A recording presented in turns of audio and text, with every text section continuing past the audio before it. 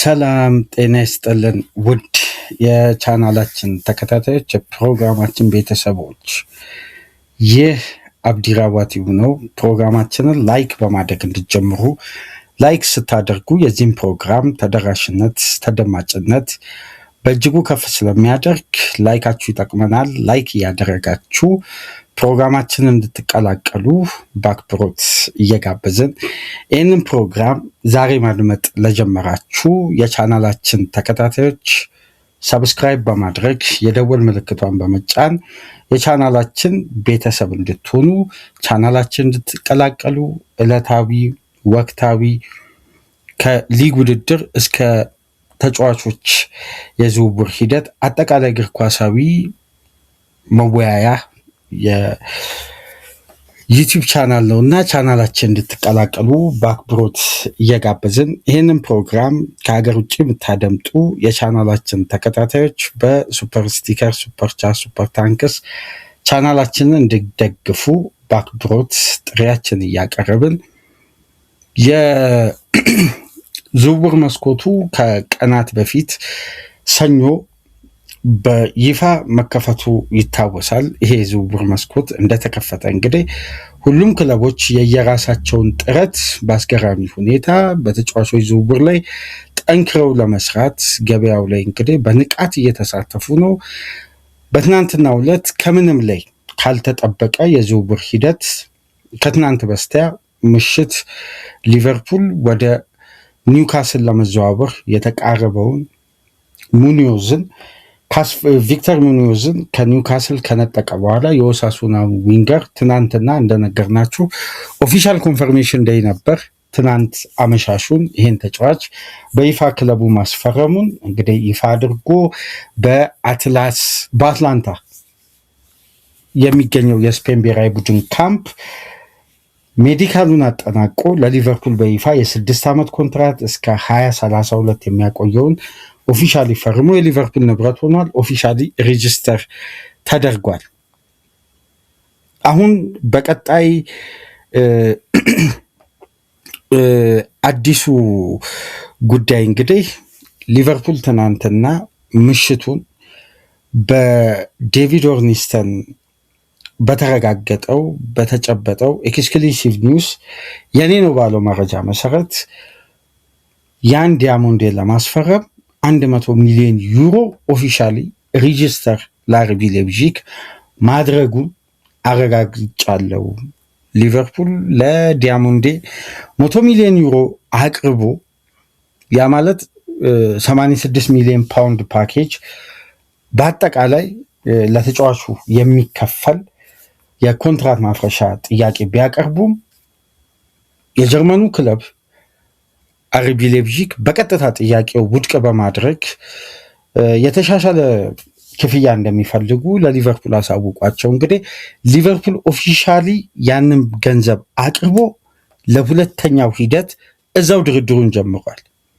ይሄ ኦፊሻሊ በዴቪድ ኦርኒስተን የተረጋገጠ መረጃ። ከዛም በኋላ እነ ፋብሪዚዮ እነ ፍሎሪያን ፕለተንበርግ ሁሉም ሚዲያ የየራሱን ዘገባ ይዞ ወጥቷል። ነገር ግን ከመረጃችን ቀደም ብሎ ያው ጉዳዩ በዚህ ነጥብ ላይ መወያያ ርዕስት ስለሆነ ዋናው አጀንዳ ያን ዲያሞንዴ ነው። ቀጣዩ የሊቨርፑል ፈራሚ የሚሆነው ተጫዋች አሁን ላይ እንግዲህ ኦፊሻል ጥያቄዎች ቀረቡ፣ ውድቅ ተደርጓል። እስቲ ያለውን ሁኔታ በአጠቃላይ በዚህ ፕሮግራም የዝውውሩ ሂደት ምን ይመስላል፣ ምን አይነት የመጨረሻ ጉዳዮችን እንጠብቅ በሚለው አሁን ላይ መነሳት ያለባቸው ነጥቦች ላይ አንስተን በዚህ ፕሮግራም የምንወያይ ይሆናል። መረጃዎችን የበለጠ የማጋራቸው ይሆናል። ከዛ በፊት ግን እስቲ በስክሪናችን ላይ ይሄን ቴምብሌን ተመልከቱት። ከ3 ቀን በፊት ባልተለመደው ሰዓት 5 ሰዓት ከ10 5 ሰዓት ተኩል ከትናንት በስቲያ ከ3 ቀን በፊት ወደ እናንተ አንድ ፕሮግራም አድርሰን ነበር። ይሄ የምትመለከቱትን ቴምብሌን በያን ዲያሞንዴ ኤሊት ዊንገር በሚል ቴምብሌኑ ላይ በተጻፈ አርዕስት ወደ እናንተ መረጃውን አድርሰን ነበር እና በቀጣይ ተከታታይ ቀናት እስከ አርብ ባለው የስራ ቀናት አድማጮች በእርግጠኝነት ጠብቁ። በተለይ የዴቪድ ኦርኒስተንን አፕዴት ኤክስክሉሲቭ ኒውስ ይዞ መምጣቱ አይቀርም። እስከ አርብ ባለው በእርግጠኝነት የያኒ ዲያሞንዴ ዝውውር ላይ አንድ ተጨባጭ መረጃ ኦርኒስተን ይፋ ያደርጋል። ያውም እስከነ ዘጋቢው ድረስ ካለፈው ከ3 ቀን በፊት በዚህ ፕሮግራም ላይ አንስቼላችሁ ነበር። ያውም ሊቨርፑል ሊያቀርብ የሚችለው ወይም ሊያስፈርመው የሚችለው የመጨረሻ የክፍያውን ጣሪያ ጭምር በዛ ፕሮግራም ላይ ጥቆማ ወደ እናንተ አድርሼላችሁ ነበር።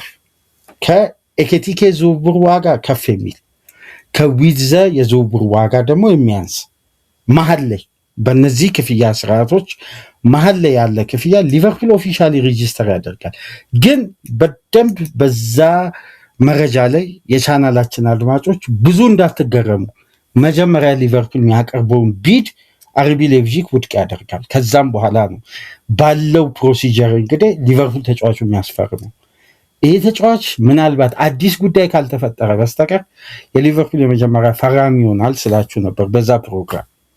እንግዲህ ትናንት ምሽት ጀምሮ የተደረገው ሁሉም ቅድመ ሁኔታ ፕሮሲጀሩ የሚወጣውን መረጃ ስቴፕ ባይ ስቴፕ ይህንን ይመስላል። ግን የመጨረሻው ጉዳይ ምንድን ነው የሚሆነው የሚለውን በደንብ ከዚህ በፊት ደጋግመን በዚህ ተጫዋች ዙሪያ መረጃዎቹ ወደ እናንተ አድርሰናል። ፒኤስጂ የተጫዋቹ ፈላጊ ቢሆንም ሌፕዚግ የሚፈልገውን ክፍያ ማቅረብ አይፈልጉም። ሌሎች ክለቦችም ቶትናም፣ ማንቸስተር ዩናይትድ የዚህ ተጫዋች ፈላጊ ናቸው። ግን የመጨረሻ ሬት ያደረጉት ክፍያ 75 ሚሊዮን ፓውንድ ነው። ከዛ በላይ መክፈል አይፈልጉም።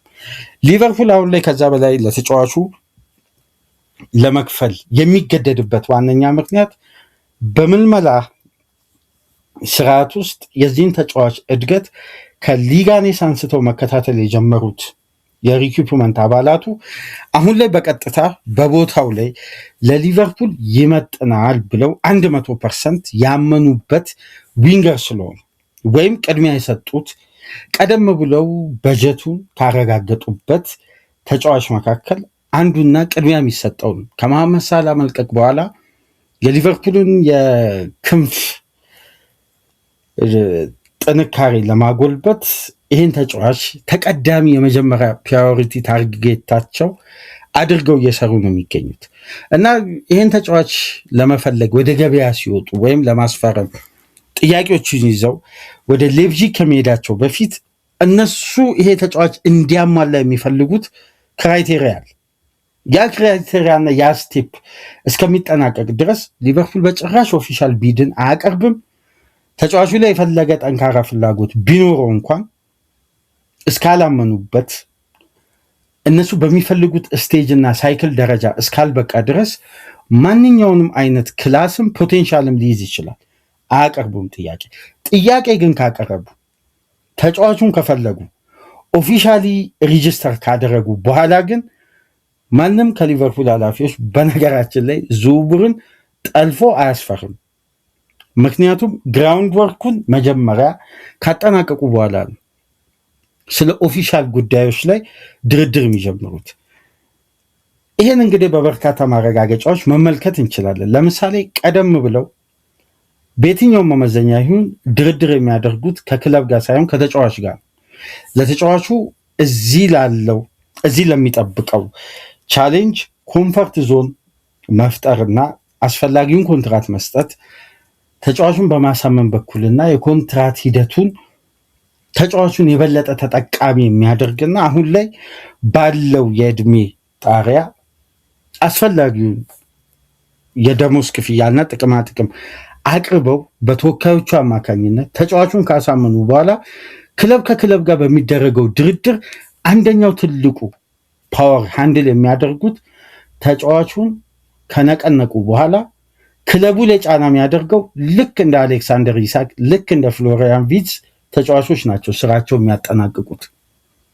አሁን ይህ ስትራቴጂ በነገራችን ላይ በአብዛኛው ክለብ ያልተለመደ ስትራቴጂ ነው። ምናልባት በማድሪድ ቀደም ብሎ ተጫዋቹን ካግባቡ በኋላ ተጫዋቹን ወደዛ ክለብ የሚደረገውን ሂደት ክለቡን ያለበትን ኮንትራት የሰጠውን ክለብ ጫና ፈጥሮ የሚለቅ በዛም ወቅት በድርድሩ ጊዜ ይሄ ተጫዋች ፍላጎቱ ወደዛ ክለብ መደራደር ከሆነ ያኛው ክለብ የፈለገ ጨረታ ቢያጫርት ተጫራች ክለቦች ቢመጡ ዝውውሩ ሃይጃክ አይደረግም ማለት ነው።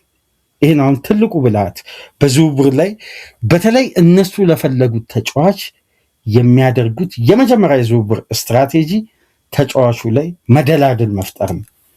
ይህ ስትራቴጂ እንግዲህ መጀመሩን በዘገባዎች ላይ እስካሁን ድረስ እንዳረጋገጥ ነው ከሆነ ወይም ውስጥ አዋቂዎች እንደሚገልጹት ከሆነ ካለፈው የፈረንጆች ማርች ወር አንስቶ ይሄ ተጫዋች ለሊቨርፑል ኃላፊዎች እንግዲህ በሚስጥር የተያዘ ግሪን ላይት ማብራቱን ተከትሎ ነው እንግዲህ ይህን ያክል ክፍያ ለማቅረብ የወሰኑት።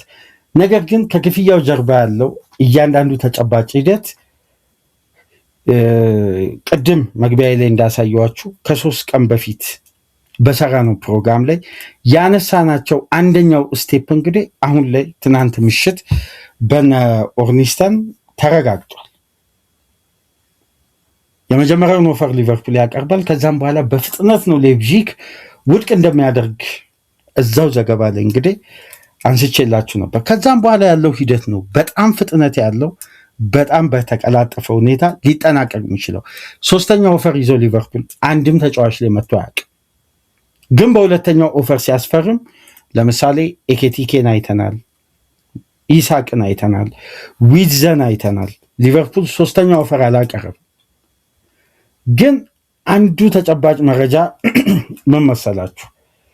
ልክ አሌክሳንደር ኢሳቅ ከኒውካስል ካምፕ በራሱ ፍቃድ በወቅቱ ኤዲሃው ትንሽ ጉዳዩን ለመሸፋፈን መጠነኛ ህመም አለበት ብለው ጉዳዩን ቢያስተባብሉም ከስኮትላንድ ከነበራቸው ቆይታ የዛሬ ዓመት በዚህም ወቅት በራሱ ፍቃድ ፕሪሲዝኑን ለቆ ብቻውን መስራት ሲጀምር የመጀመሪያው ትልቁ የሚጠብቀው ተጫዋች የነበረው ከሊቨርፑል እነሱ ቀደም ብሎ ተጫዋቹን ሲያግባቡት በነበረው የድርድር ሂደት ላይ ተጫዋቹ ዋስትና ይፈልጋል። ዋስትናውን ደግሞ ሊያገኝ የሚችለው በቃላት ደረጃ አይደለም። ክለቡ ኦፊሻሊ የዛ ተጫዋች ፈላጊ መሆኑን ለማረጋገጥ ላለበት ክለብ ኦፊሻሊ ሬጂስተር የሚደረግ የክፍያ አይነት አቅርቦ ያ ተጫዋች የመጀመሪያ በክለብና ተጫዋች መካከል በሚደረገው ድርድር ወቅት የሰጡትን ዋስትና ማረጋገጫ በይፋ መመልከት ይፈልጋል። ኦፊሻሊ ፈላጊው ክለብ ሬጂስተር አድርጎ ይህን ስትራቴጂ ታስታውሱ እንደሆነ መጀመሪያ ለኢሳቅ ኒውካስል 150 ሚሊዮን ፓውንድ ነበር ሲጠይቅ የነበረው እና ከዛ በታች አንደራደርም አንቀበልም ሲሉ ነበር። ግን ሊቨርፑል 150 ኒውካስል እየጠራ 110 ሚሊዮን ፓውንድ አቅርቦ ጥያቄ ውድቆ ነው። ከዛም በኋላ ሊቨርፑል ለአንድ ወር ገደማ በድጋሚ አልተመለሰም። ሌላ ኦፈር ይዞ ግን ሁለተኛውን ኦፈር 125 ሚሊዮን ፓውንድ ይዞ በዴድላይን ዴይ ሲቀርብ ከአንዳንድ ነበር የተቀበሉት። መጀመሪያ የዊዘ የዝውውር ሂደት ውድቅ እንደተደረገ ሁሉም ሚዲያ ቢዘግብም ኦርኒስተን አንዴ ነው የዘገበው። ሊቨርፑል 100 ሚሊዮን ፓውንድ ሳብሚት አድርጓል፣ ግን ዝውውሩ ላይ ከፍተኛ አዶንስ አለ አለ፣ ዘጋ ፋይሉ። አሁን የዊዘ የዝውውርን ሂደትና ኦፊሻሊ የተከፈለውን የክፍያ ስትራክቸር ብትመለከቱ 116 ሚሊዮን ፓውንድ ፓኬጅ ነው እንጂ 100 ሚሊዮን ፓውንድ ነው የኮንትራት ማፍረጃው። 16 ሚሊዮን ፓውንዱ አዶንሱ። ነገር ግን መጀመሪያ ለኢሳቅ የቀረበው ክፍያ ኒውካስልን በዛ ዋጋ እንደማይሸጡ የሊቨርፑል ኃላፊዎች ያውቃሉ። ግን ትልቁ ስትራቴጂ ምንድን ነው? ተጫዋቹ በልበ ሙሉነት ሊቨርፑል ፕላኑን እንዳይቀይር የበለጠ ተጫዋቹ እርግጠኛ ሆኖ በዝውውሩ ላይ ያለበትን ክለብ ኮንትራቱ እንዲሸጥለትና ወደ አንፊልድ ለመዘዋወር ዋስትና እንዲኖረው የሚደረጉ የዝውውር ማቅረቢያ ቴክኒካል አፕሮች እንጂ በግልጽ ሊቨርፑል በዚህ የዝውውር ዋጋ አይደለም። መጀመሪያም ሌፕዚግ ይህን የዝውውር ሂሳብ ውድቅ እንደሚያደርግ ክለቡ በደንብ ያውቃል። ኤድዋርድም ሂውዝም በደንብ ያውቃሉ። ግን የዚህ ተጫዋች የዝውውር ዋጋ ከኬቲኬ ከፍ ብሎ ከዊዘ ባነሰ ዋጋ ግን አንፊልድ መዳረሻው እንደሚሆን ሁሉም ማለት ይቻላል የሚያምኑት ጉዳይ ነው። ግን ኦፊሻሊ በሚዲያ ደረጃ እንደነዚህ አይነት ዳይሬክት ማለት ከበስተጀርባ የሚደረጉ አፕሮቾች ሁሉ ሚዲያ ላይ በግልጽ ወጥተው ተጨባጭ እውነታ ላይ እንደነዚህ አይነት ጉዳዮች አይዘገቡም እና ትናንት ምሽት ላይ ኦርኒስተን ካወጣ በኋላ መረጃ ሁሉም የሚዲያ ባለሙያዎች የሚያወጡት ዘገባን ከተመለከታችሁ የሌፕዚግ አቋም ተጫዋቹን ለአንድ የውድድር ዓመት ማቆየት ከተቻለ ደግሞ ለተጫዋቹ ኮንትራት ሰጥቶ ኮንትራቱን አድሶ ለረጅም ጊዜ ተጫዋቹን የሚያቆየውን ኮንትራት ፈርሞ ክለቡም ተጫዋቹም በመልቀቂያ ዋጋ ሪሊስ ክሎዙ አክቲቭ ሆኖ እንዲሸጥ ለማግባባት ጥረት እያደረጉ ነው። ይሄን የዝውውር ሂደት በደንብ አሁን አድማጮች ወይም ከተጠናቀቀው ሳመር አንስቶ ከኛ ጋር ቆይታ ላላደረጋችሁ አዲስም ለተቀላቀላችሁ አዲስም ለምትቀላቀሉ እዚህ ጋር ግልጽ ለማድረግ አንድ ሻጭ ክለብ ከሚያቀርበው መመዘኛዎች መካከል ወይም የዝውውሩን ሂደት ለማክበድ ገንዘብ ለማስጨመር ከሚጠቀማቸው ቴክኒካል ጉዳዮች መካከል አንዱ ኦፊሻል ኦፈር እንደቀረበላቸው በቀጥታ የተጫዋች አይሸጥም፣ እንደውም የበለጠ ኮንትራት ለማስፈረም ሂደቶችን እንመለከታለን የሚል ምላሽ ነው ሪጀክት ካደረገ በኋላ። ግን እንደ አርቢ ሌፕዚግ አይነት ቡድን ከታችኛው ዲቪዥን ወደ ላኛው ካደገበት ጊዜ አንስቶ ሻጭ ሆነ አትራፊ በጣም ግዙፍ ካምፓኒ ከሬድቡል ሳልስበርግ እስከ አርቢ ሌፕዚግ ድረስ በሬድቡል ካምፓኒ የተያዘ በግሎባል ዳይሬክተርነት የቀድሞ የሊቨርፑል ሌጀንድ በዚህ የዝውውር ሂደት ላይ አንደኛው ተደራዳሪ የሆኑት የርገን ክሎፕ የሚያስተዳድሩት ግዙፍ ካምፓኒ ነው። አትራፊ ነው። ሻጭ ቡድን ነው። መሸጡ የማይቀር ነው። እንግዲህ እንደነዚህ አይነት ፕሮሲጀሮች ዝውውር ላይ የተለመዱ ስለሆኑ መፈረሙ ለማይቀር ጉዳይ ሂደቶቹ እንግዲህ እያንዳንዱን ስቴፕና ሁኔታዎችን መከተል ስለሚያስፈልግ ነው። ነገር ግን እንደ ኢሳቅ ዝውውር ይሄ ዝውውር ሂደት እንደማይንዛዛ የምትመለከቱት ግን በወርልድ ካፕ ተጫዋቹ ፔርፎርም የሚያደርግበትን መንገድ ተመልክተው ሌሎች ክለቦች ቢዲንግ ዋር እንዳይፈጥሩ ያ ደግሞ የሚጠቅመው አድቫንቴጁን ሊቨርፑል መፈረሙ አይቀርም፣ ግን የበለጠ የሚጠቅመው ሌፕዚግን። ለምን ሊቨርፑል አሁን ከቴክኒካል አፕሮች ይልቅ ኦፊሻል አፕሮች ተጫዋቹን ሌፕዚግ አውጥቶ እንዲሸጥ ሊያስገድደው የሚችለውን ክፍያ ለማቅረብ የበለጠ ዋጋ ሊጨምር ይችላል። ሌሎች ክለቦች እዚህ ቢዲንግ ዋር ውስጥ የሚገቡ ከሆነ ግን አብዛኛው ክለብ ከዚህ በፊት ተጫዋቹን በጥብቅ የሚፈልጉ ሬት ያደረጉት የክፍያ አይነት 75 ሚሊዮን ፓውንድ ነው ጣሪያው። ሊቨርፑል ትናንት ምሽት አቀረበ የተባለው 78.1 ሚሊዮን ፓውንድ ሲደመር 8 ሚሊዮን ፓውንድ አጠቃላይ 86።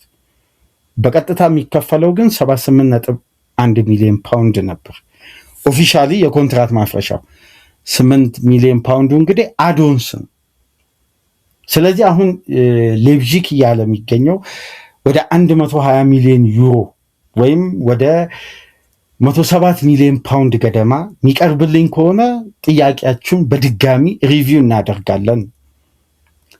ስለዚህ እንደ ኢሳቅ ዝውውር አማካይ ክፍያውን አውጡ። ሊቨርፑል ካቀረበው ክፍያና ሌፕዚግ ከሚፈልገው ክፍያ ያ የዚህ ተጫዋች የድርድር ዋጋ የስምምነት ክፍያ ነው። ይሄ ማለት ከኬቲኬ ከፍ ያለ ከዊዝ ያነሰ ክፍያ ማለት ነው። ይሄ የዚህ ተጫዋች የዝውውር ሂደት አጠቃላይ ፓኬጅ ሊያልቅ የሚችለው በ95 ሚሊዮን ፓውንድ ገደማ ነው። በዛ ክፍያ ሌፕዚግም ይሸጣል፣ ሊቨርፑልም ይሄን ተጫዋች ማስፈረሙ አይቀርም። በደም እዚህ ጋር መመልከት ያለብን የሊቨርፑል ኃላፊዎች ሌፕዚግ ውድቅ እንደሚያደርግ ይሄን ክፍያ እንደማይቀበል ሌፕዚግ የሚፈልገውን ክፍያ ለሚዲያ ከሚገለጸው ቀደም ተብሎ እኮ ኦፊሻሊ ሬጂስተር ልናደርግ ነው በዚህ ተጫዋች ዙሪያ እንደራደር የሚል ቀጥተኛ ፍላጎት ክለቡ ሲያሳይ የመሸጫ ዋጋውን እኮ የሚያሳውቁት መጀመሪያ ሊቨርፑል ኃላፊዎች ነው። ግን ይሄ አፕሮች በዝውውር ላይ ምን ይባላል? ቴክኒካል አፕሮች ነው። መጀመሪያ ለተጫዋች ዋስትና መስጠት ነው።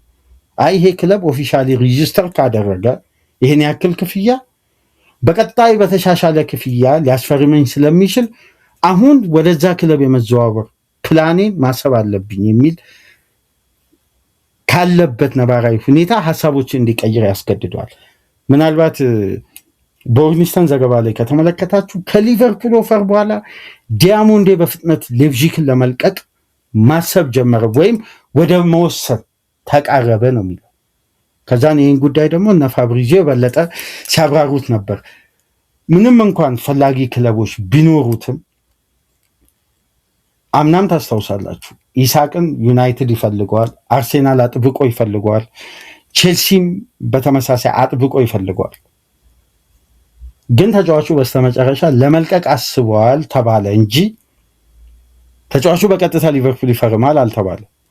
ግን ቀደም ብለን ማርች ላይ ኢሳቅን ለማስፈረም አሁንም ክለቡ ከፍተኛ እድል እንዳለው ስናነሳላችሁ ነበር። አሁንም የዲያሞንዴ ጉዳይ ጊዜ በተወሰነ መልኩ ተጫዋቹ ምናልባት የምድብ ጨዋታ እስከሚያጠናቅቅ ድረስ ምናልባት እሱንም ሊወስድ ይችላል። ግን አንፊልድ መዳረሻ መሆኑ የማይቀር ነው። የዚህ የአርቢ ሌፕዚግ የክንፍ ተጫዋች ምናልባት የዝውውሩ ሂደት እስከ 95 ሚሊዮን ፓውንድ አሁን ሊቨርፑል ካቀረበበት የክፍያ ዋጋ ጋር የ10 ሚሊዮን ፓውንድ ልዩነት ፈጥረው በሚያመጡት ሁለተኛ ቢድ ይሄ ዝውውር የመጠናቀቅ ቻንስ አለው።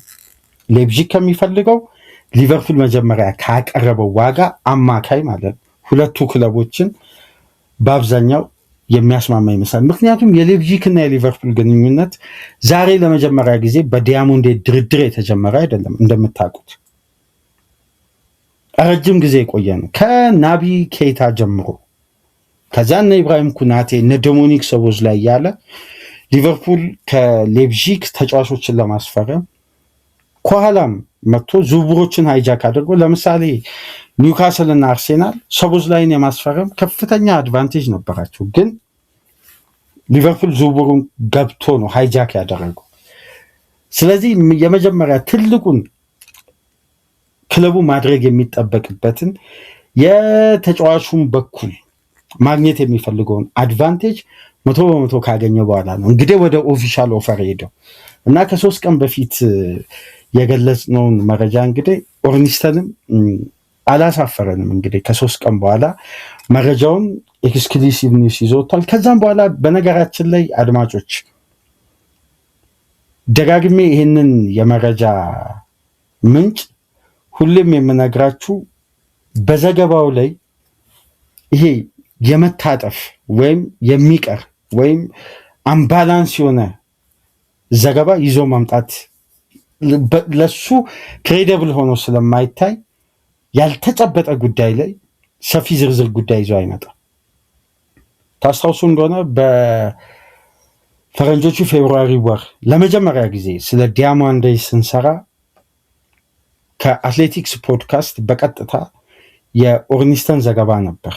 በሊቨርፑል ራዳር ውስጥ የሚገኝ የአርቢ ሌፕዚግ ያን ዲያሞንዴ የሚባል ተጫዋች ለመሐመድ ሳላ ተተኪነት የመጀመሪያ የታጨ በቦታው ላይ በስኳዱ ላይ የታጨ ተጫዋች ነው በሚል ቀደም ብሎ ይፋ ያደረገው ኦርኒስተን ነበር እና አሁንም በዚህ ተጫዋች የዝውውር ሂደት ላይ በተለይ ከእንግሊዝ ክለቦች የሚወጣ ማንኛውንም አይነት መረጃ በተጨባጭ ለማረጋገጥ ከማንኛውም ሪፖርተር ፋብሪዚዮን በሉት ማንም ከኦርኒስተን የተሻለ ዘገባ ያለ አይመስለኝም።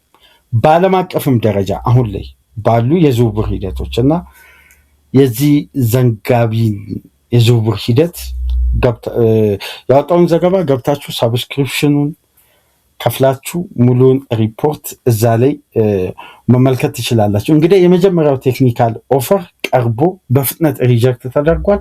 ሁለተኛው ኦፈር ግን ተቀባይነት የሚያገኝ በቀጥታ አክሴፕት ተደርጎ ስለ ቀጣይ ፎርማል ስቴፖች የሚቀጥሉበት ይሆናል። ነገር ግን እዚህ ጋር አንድ ጉዳይ ትናንት በቪክተር ሙኒዮዝ የዝውውር ሂደት ላይ አንድ መረጃ አጋርቻችሁ ነበር።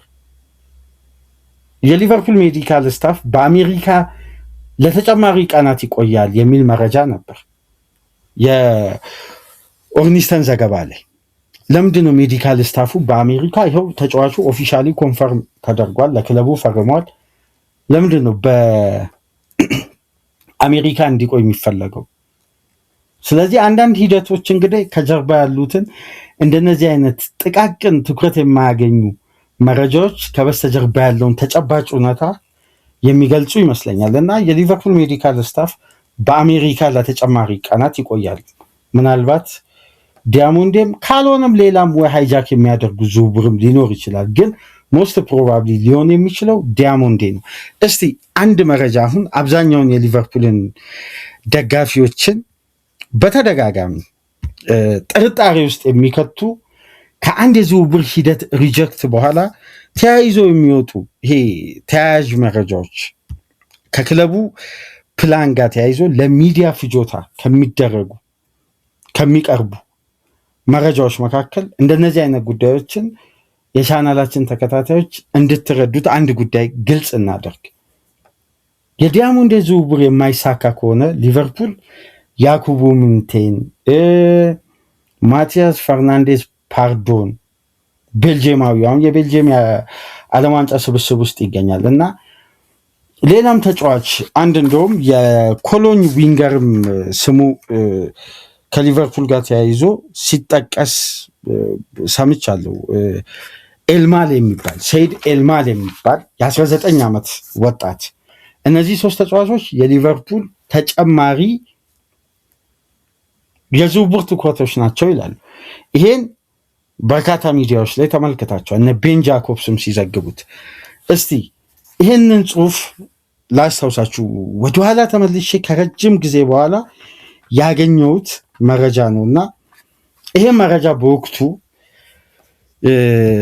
በርካታ ሚዲያዎች ላይ ልክ የመሐመድ ሳላህ የዝውውር ሂደት ላይ ሊቨርፑል የሆነ እንከን እንዳጋጠመው ተዘግቦ በፍጥነት እነዚህ መረጃዎች ልክ እንደ ዲያሞንዴ ዝውውር መረጃዎች እየወጡ ነበር በወቅቱ 2017-18 ተመልከቱ። ሊቨርፑል ኢንቶክ ዊዝ ስፖርቲንግ ሊዝበን ኦቨር ፖርቹጊዝ ዊንገር ግሊሰን ማርቲንስ። የምታስታውሱ ከሆነ ወደ አትሌቲኮ ማድሪድ የተዘዋወረው የሊዝበኑ ዊንገር።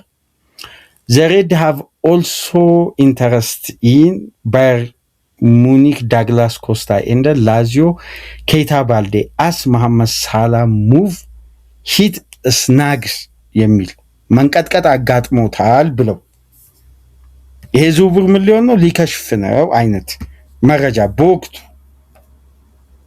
ከዛም በኋላ ግን መሐመድ ሳላ ለሊቨርፑል ፈረመ።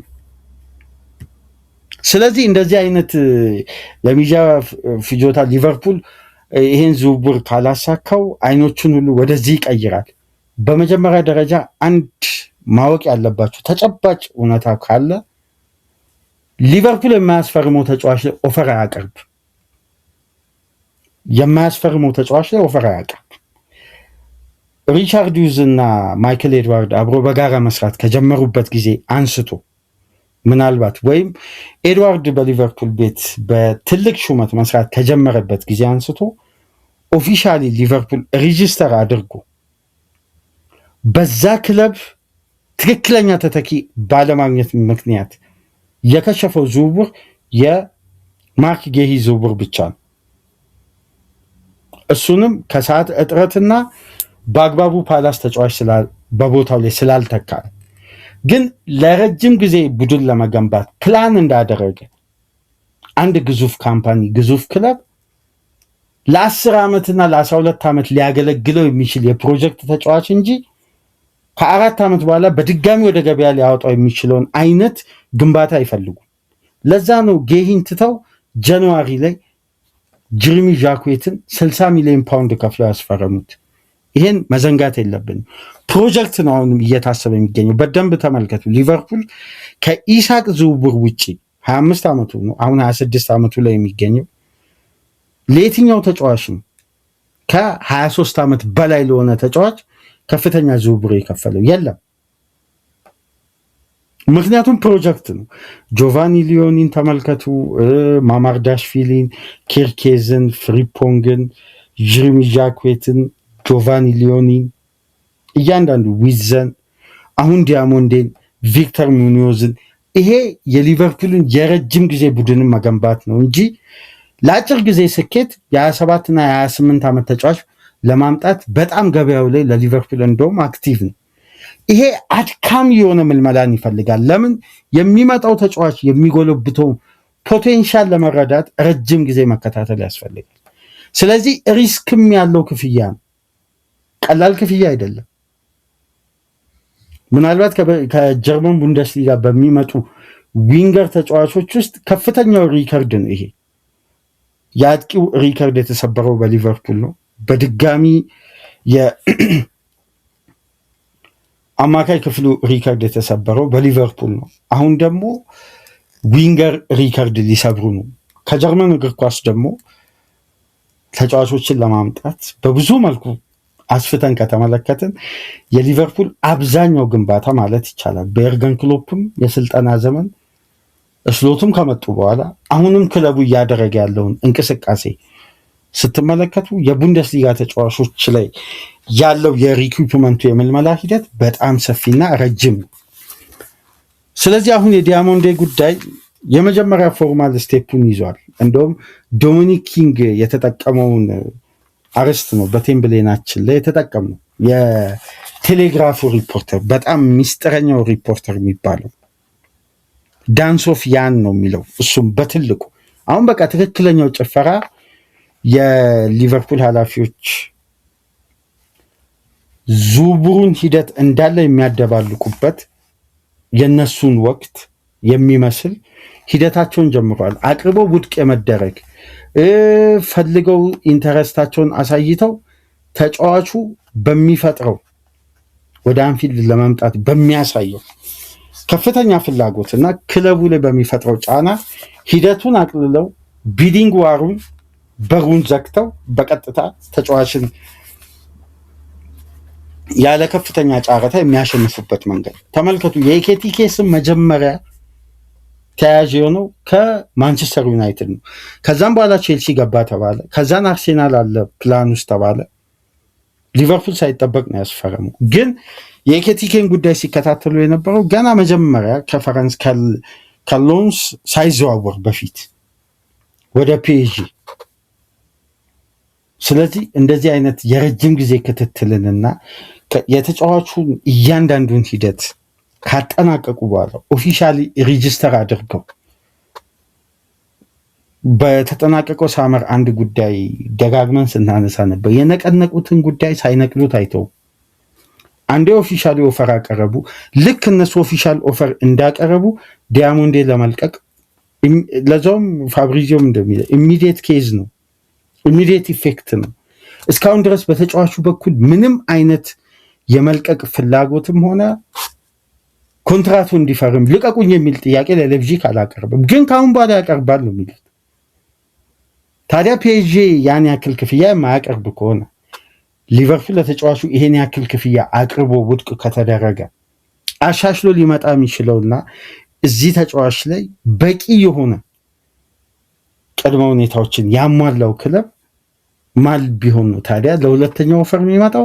ተጫዋቹም ከኦፈሩ በኋላ በቀጥታ ለመልቀቅ ማሰብ የጀመረው። ስለዚህ የጊዜ ጉዳይ ነው። ከቪክተር ሙኒዮዝ ያልተጠበቀ የሮብ ምሽት ዝውውር በኋላ ሊቨርፑል ትናንትና ኦፊሻል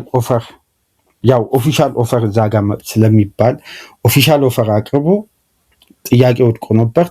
ቴክኒካል ኦፈር ነው ዝውውር ላይ የተጫዋችን ዋስትና ማረጋገጫ።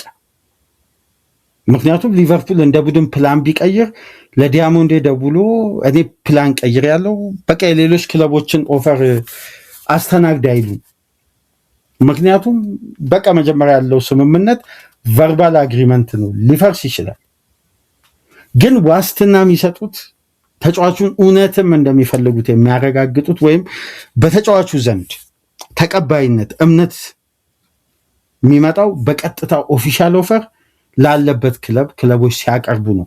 ተጫዋቾች ያኔ ወደዚህ ክለብ መዘዋወር ፈልጋሉ የሚል ቀጥተኛ ፍላጎታቸው ለክለብ በኤጀንታቸው አማካኝነት የሚያሳውቁትና የዲያሞንዴ ጉዳይ ድራማውና ዳንሱ እንግዲህ ኦፊሻሊ ትናንትና ተጀምሯል።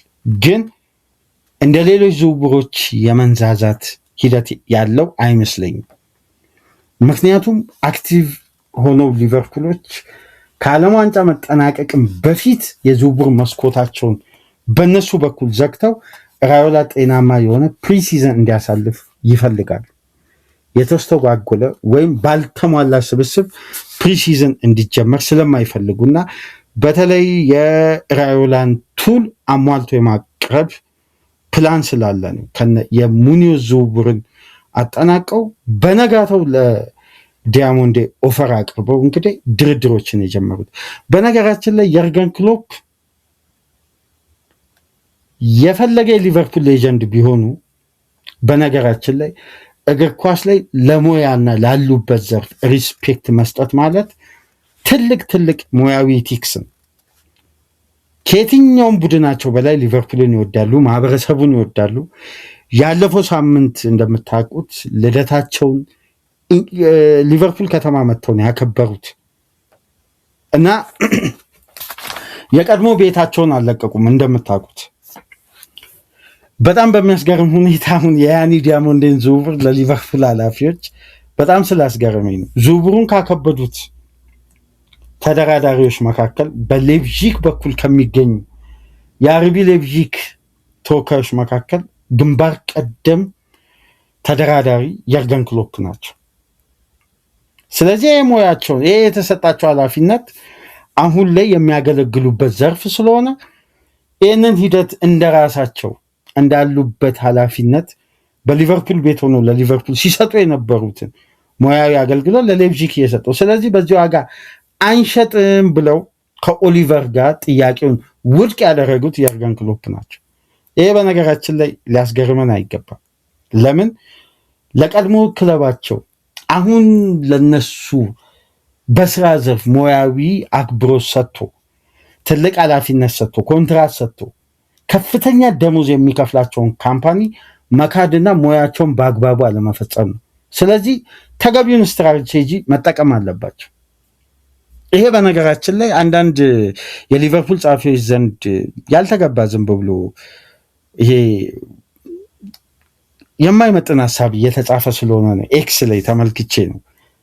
ክሎፕ ትክክል ናቸው። ይሄ አንዱ የስራው ባህሪ ነው። ስለዚህ የቀድሞ አሰልጣኝ እንግዲህ በጭራሽ ተጫዋቹን የበለጠ አግባብተን ለማቆየት እንጥራለን፣ ካልሆነ ግን አሁን በምታቀርቡት ዋጋ አንሸጥም ለነ ሪቻርድ ዩዝ እና ለነ ኤድዋርድ ለቀድሞ የስራ ባልደረባቸው ይህንን ጉዳይ በይፋ አሳውቀዋል። ብር ጨምራችሁ ነው፣ ካልሆነ አንሸጥም። ይሄ የሌፕዚግ አቋም። ሊቨርፑል ደግሞ ዋስትናውን ለዲያሞንዴ በሚፈልጉት ደረጃ አስተላልፈው አሳውቀዋል። ከአሁን በኋላ ያለው ኦፈር ነው እንግዲህ ኦፊሻሊ ዝውውሩን ለማጠናቀቅ ለክለቡ የሚረዳው። ስለዚህ በቀጣይ ቀናት የሚወጣው ጥያቄ በሌፕዚግ በኩል ተቀባይነት አገኘ የሚለውን መረጃ ምን ሰማ ይመስለኛል። እንግዲህ ከ3 ቀን በፊት የሰራነውን ፕሮግራም ወደኋላ መለስ ብላችሁ አድምጡ። ይህንንም ለኦፊሻል ኮንፈርሜሽኑ በድጋሚ የተሰጠ መረጃ ነበር። ላይክ አድርጉ። ሊቨርፑል አንድ የደች ቴሌግራፍ የደች የኔዘርላንድ ሚዲያ ማለት መቀመጫውን ኔዘርላንድ ያደረገ የቴሌግራፍ ሪፖርተር የኔዘርላንድ ቴሌግራፍ ሚዲያ በጣም የታመነና ሪሊያብል ሶርስ እንደሚለው ከሆነ ሊቨርፑል ሚኪ ቫንደቬንን ለማስፈረም ከባርሳ ጋር ከፍተኛ ፉክክር ውስጥ ገብቷል እና ለተጫዋቹ እስካሁን ድረስ ሁለቱ ክለቦች እስከ 62.5 ሚሊዮን ፓውንድ ገደማ ለመክፈል ለቶትናም ጥያቄዎችን ለማቅረብ መዘጋጀታቸውና በተለይ በተጫዋቹ በኩል እየተደረገ ያለው የኮንትራት ድርድር ባለመግባባት ባለመስማማት ከቶትናም ጋር መቋረጡን ተከትሎ በተጨማሪም ቫን ሄካን ቶትናም ማስፈረሙ ተከትሎ እንግዲህ ይህን ተጫዋች ከባርሳ ፈንቅሎ ለማውጣት ከቶትናም ፈንቅሎ ለማውጣት ሊቨርፑል እና ባርሳ ጥያቄዎችን ለሚኪ ቫንደቬን ለማቅረብ መዘጋጀታቸውን በስፋት የኔዘርላንድ ቴሌግራፍ እየዘገበ ነው። በነገራችን ላይ የሚዲያ የታመነ ሚዲያ ነው። የቨርጂል ቫንዳይክ ኮንትራትን ያረጋገጠ ሚዲያ ነው ይህንን መረጃ ይዞ መውጣት የቻለው። ለማንኛውም ለዲያሞንድ ሊቨርፑል ኦፊሻል ኦፈር አቅርቧል። ኦፊሻል ኦፈሩ ቴክኒካል ኦፈር ብለን እንውሰደው። ካሁን በኋላ ኦፊሻል ተጫዋቹን የማስፈረሚያ ዋጋ የክለቡ ተመን በቀጣይ ቀናት ይቀርባል። ያ ተመን ምናልባት ተቀባይነት ያገኛል ብዬ በግሌ ተስፋ አደርጋለሁ። ይቀበላሉ ብዬ አስባለሁ። ምክንያቱም የተንዛዛ ስቴፕ እና ሌሎች ፕራዮሪቲያቸውን ለማስፈረም ወደ ገበያ ሌሎች ዲፓርትመንቶችን ለመመልከት መሄዳቸው ስለማይቀር የዲያሞንድን ዝውውር ኢርሊ ማጠናቀቅ ይፈልጋሉ። ስለዚህ ሌፕዚግ እምቢ የማይለውን ክፍያ በሁለተኛ ዙር ይዘው ይመጣሉ። ምክንያቱም አሁን ተጫዋቹ በይፋ በሌፕዚግ ኮንትራት ስለመፈረም ሳይሆን አሁን ስለመልቀቅ ማሰብ ስለጀመረ ሊቨርፑል የሚፈልገውን ችግር ፈጥሯል። ሌፕዚግ ቤት አሁን ዋናውን ፕላን 100% በነገራችን ላይ ትናንትና ያተረፈው ክለብ ሊቨርፑል ነው። ማንም ሌፕዚግም አይደለም። በቃም ከተጫዋቹ ዋስትና ነው የሚፈልጉት። ሌፕዚግን አንሴትል አድርጎ ተጫዋቹን አሁን መንጠቅ ነው ትክክለኛው ፕላን። ለዛ ፕላን ደግሞ አንደኛው ስትራቴጂ አንሴትል ማድረጊያው ኦፊሻል ኦፈር ማቅረብ ነው። ያንን ኦፈር አቀረቡ፣ ውድቅ እንደሚደረግ ያውቃሉ።